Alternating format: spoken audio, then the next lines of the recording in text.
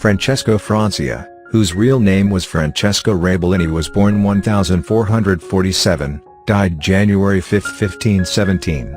He was an Italian painter, goldsmith, and medallist from Bologna, who was also director of the city mint. He may have trained with Marco Zoppo and was first mentioned as a painter in 1486. His earliest known work is the Felicini Madonna, which is signed and dated 1494. He worked in partnership with Lorenzo Costa, and was influenced by Ercole de Roberti's and Costa's style. After 1505 he was influenced more by Perugino and Raphael. He had a large workshop and trained Marcantonio Raimondi, Ludovico Marmitta, and several other artists.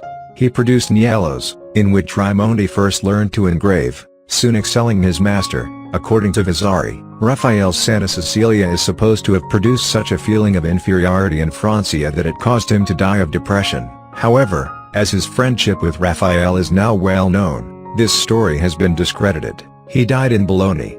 His sons Giacomo Francia and Giulio Francia were also artists.